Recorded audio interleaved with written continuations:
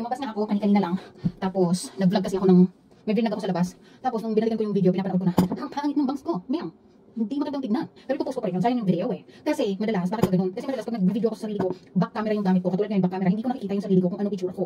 So, minsan napapanood ko na lang siya, malamang pagkatapos ko ng i-shoot yun. Ganun.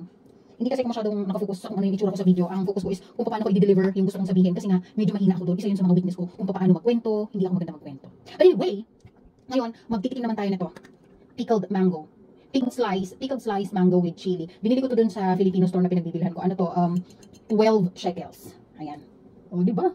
Ay, first time kong tumikim ng pickled mango na ganito sa Pilipinas, ever since, wala.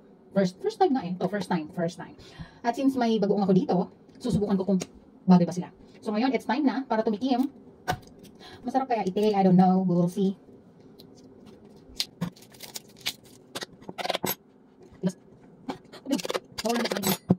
Kukuha muna ako ng sabaw. Lagay ko dito. At ayan siya.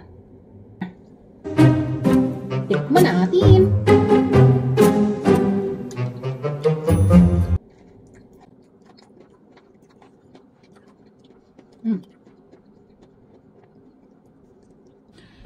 Hindi siya maasim, pero yung anghang nanuot na sa mangga. So, isang kagat ko pa lang, ramdam ko na yung anghang.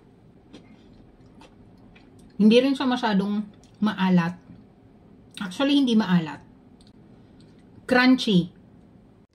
Time first, may isa pang slice. Sasamahan ko nitong, isusubukan ko with bagoong. Pero maya-mayang konti ang anghang eh. Ito.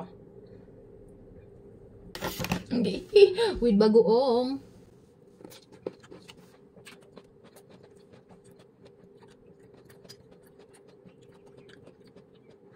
Oh, akala ko dati expected ko lasang suka tsaka maalat, pero siya hindi.